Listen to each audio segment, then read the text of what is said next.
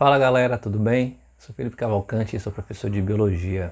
Nesse vídeo nós vamos falar sobre a herança ligada ao sexo.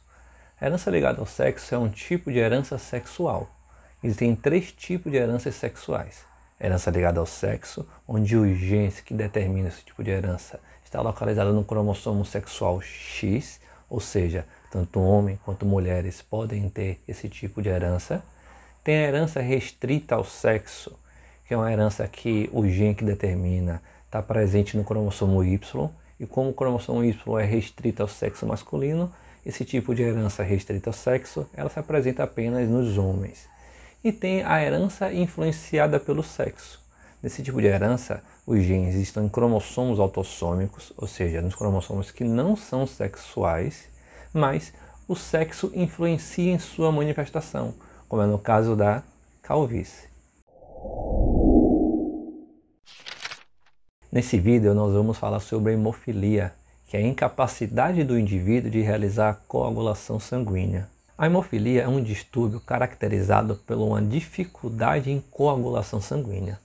Existe uma sequência de reações, que nós chamamos de cascata de coagulação sanguínea, que precisam acontecer para que haja uma coagulação sanguínea e um sangue que esteja vazando de um vaso estanque. Se algum desses fatores estiver ausente nessa cascata de coagulação, não haverá a coagulação ou terão uma coagulação defeituosa. Nesse vídeo, nós vamos conhecer os genótipos e fenótipos associados à hemofilia. Vamos conhecer também quais são os fatores envolvidos na hemofilia. Vamos começar? A gente vai começar o nosso entendimento de herança ligada ao sexo, primeiro conhecendo os cromossomos sexuais. O sexo biológico feminino é representado por 2 cromossomos X. O sexo biológico masculino é representado por um cromossomo X e um cromossomo Y. Perceba que o cromossomo X e Y eles são diferentes. Se a gente analisar esses cromossomos de forma mais íntima, a gente vai perceber que sua região de cima elas são semelhantes. A gente chama essa região de região ou zona homóloga. Na região homóloga existem genes homólogos. O mesmo tipo de gene que possui na região homóloga de X tem um equivalente na região homóloga de Y.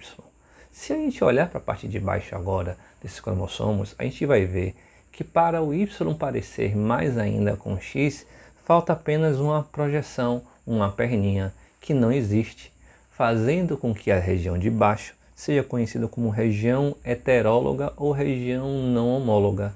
Nesse tipo de região, os genes eles não são correspondentes.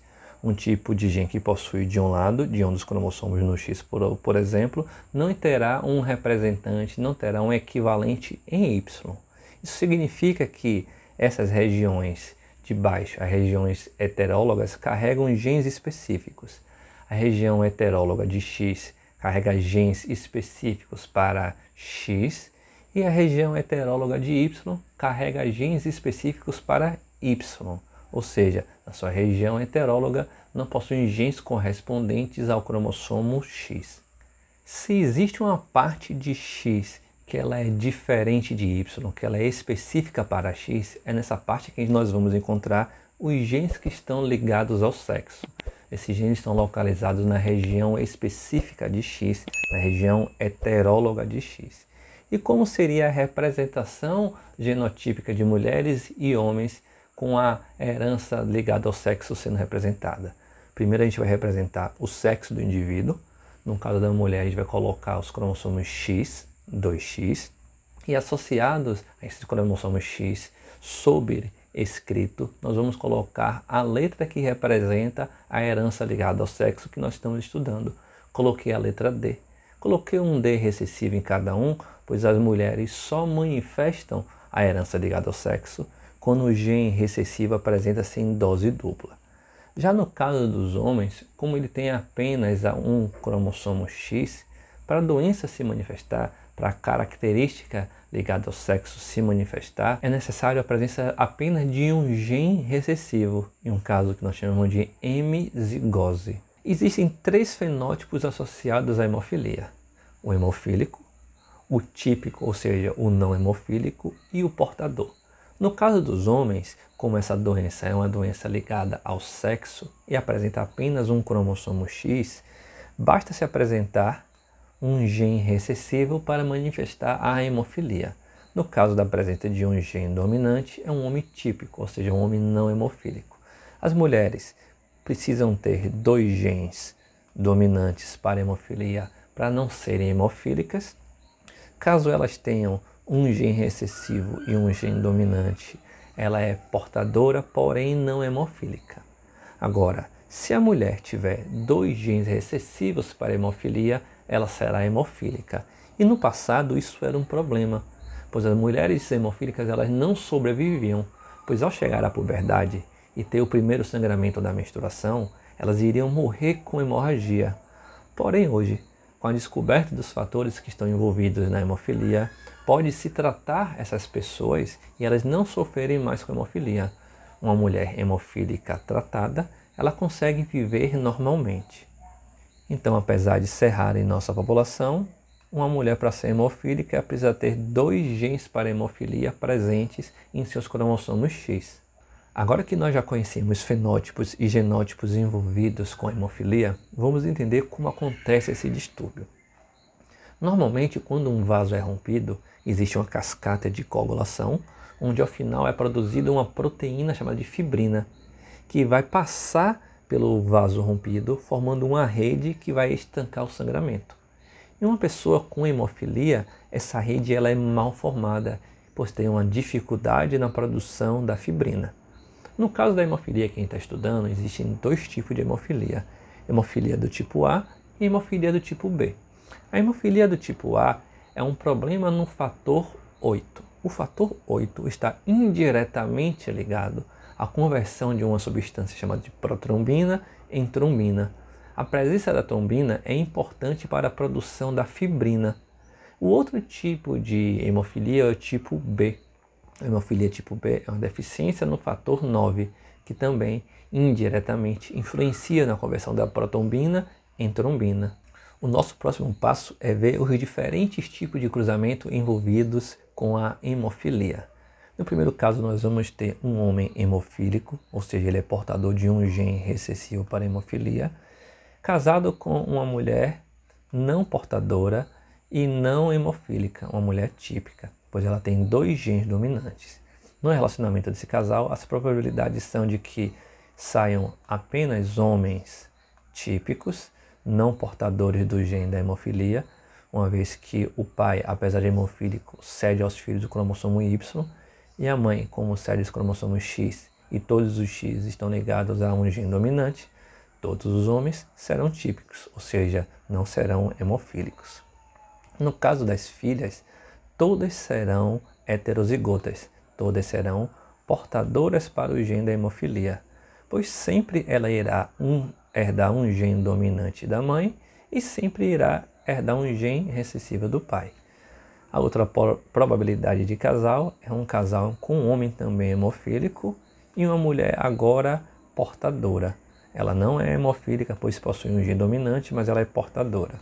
Nesse caso, esse gene recessivo da mãe pode encontrar com o Y do pai, gerando um filho hemofílico. O gene dominante da mãe pode se encontrar com o Y do pai, formando um filho não hemofílico. No caso das filhas, pode ter o encontro do X do pai com o X recessivo da mãe, formando uma filha hemofílica. E também pode ter o encontro do X hemofílico do pai com o X dominante da mãe, formando uma filha heterozigota, ou seja, não hemofílica, mas portadora. O terceiro exemplo, a gente tem um homem não hemofílico e uma mulher não hemofílica, porém portadora. Como essa mulher pode ceder esse gene recessivo para esse Y do parceiro, poderá sim ter um filho, sexo masculino, que seja hemofílico. Se este gene dominante presente na mãe encontrar com o Y do pai, terá um filho não hemofílico, um filho típico. No caso das filhas, esse gene dominante do pai pode se encontrar com o dominante da mãe, formando uma não hemofílica, e o gene dominante do pai pode se encontrar com o recessivo da mãe, formando uma filha portadora, porém não hemofílica. E o quarto caso, a gente tem um homem não hemofílico com uma mulher hemofílica.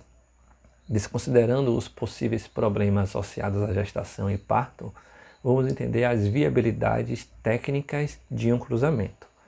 A gente tem então aqui os filhos meninos 100% hemofílicos, pois o pai só doa o cromossomo Y e a mãe só pode doar o cromossomo X, que todos eles são afetados. E no caso das meninas, como ela sempre terá um gene recessivo e sempre terá um gene dominante, que no caso vem do pai, elas serão portadoras, mas não serão hemofílicas. Para finalizar, vamos responder uma questão retirada de um vestibular da Escola Baiana de Medicina. A hemofilia, distúrbio hereditário que afeta a coagulação do sangue, é determinada por um gene recessivo ligado ao cromossomo X. Com base nos conhecimentos sobre genética, é correto afirmar: alternativa A. Um casal que não é afetado pela hemofilia não terá filhos hemofílicos. Vamos analisar. Tem um exemplo aqui que a gente já estudou. Um homem não afetado e a gente tem também aqui uma mulher não afetada. É uma não afetada, mas ela é portadora de um gene recessivo para a hemofilia. Esse casal pode sim ter um filho hemofílico, caso esse gene da hemofilia se encontre com o Y do pai. Alternativa incorreta. Letra B. A primeira criança de uma mulher heterozigota com um homem normal tem 50% de probabilidade de ser menino e hemofílico. Primeiro a gente calcular a probabilidade de ser menino, 50%. De ser hemofílico é esse mesmo exemplo que está embaixo de 50%. 50% vezes 50%, aplicando a regra do I e do ou seja, quando você quer que dois eventos aconteçam simultaneamente, menino e hemofílico, vocês multiplicam. 50% vezes 50%, 25% de chance. Alternativa incorreta. Letra C. A letra C diz o seguinte: os filhos de um homem hemofílico também serão hemofílicos. Alternativa falsa. Se ele fala filhos, ele não está falando uma criança, está determinando que o sexo biológico ele é masculino. Se a mãe ela é portadora de um gene dominante, seja ela heterozigota ou homozigota, o filho pode sim ser não hemofílico. Ou seja, o fato do pai ser hemofílico não implica no fato dos filhos necessariamente serem hemofílicos. Alternativa falsa. Alternativa D. O segundo filho de uma mulher portadora, mas não afetada pela doença, com um homem normal, tem 50% de probabilidade de ser hemofílico. Segundo o primeiro filho, essa probabilidade não vai ser alterada. Se já está tratando de filho homem, a chance de ter um filho hemofílico vai ser de 50%. Alternativa verdadeira. Mas bora ler a alternativa E. Meninas heterozigotas herdam um gene normal de seus pais e o alterado de suas mães. Vamos pensar no seguinte exemplo. O pai é hemofílico. Se ele é hemofílico, ele tem um gene recessivo ligado ao cromossomo X. A mãe ela é heterozigota. Se durante a fecundação a mãe doar o gene dominante e o pai doar o único X que ele tem, que tem um gene para a hemofilia, a filha será heterozigota. Como já sabíamos, a letra correta é a letra D. A letra E está incorreta. Espero que vocês tenham gostado dessa aula. Se gostaram, não se esqueça de deixar seu like, compartilha com um amigo. Se tiver alguma dúvida, deixa aqui nos comentários que eu tento te responder. Obrigado e até a próxima.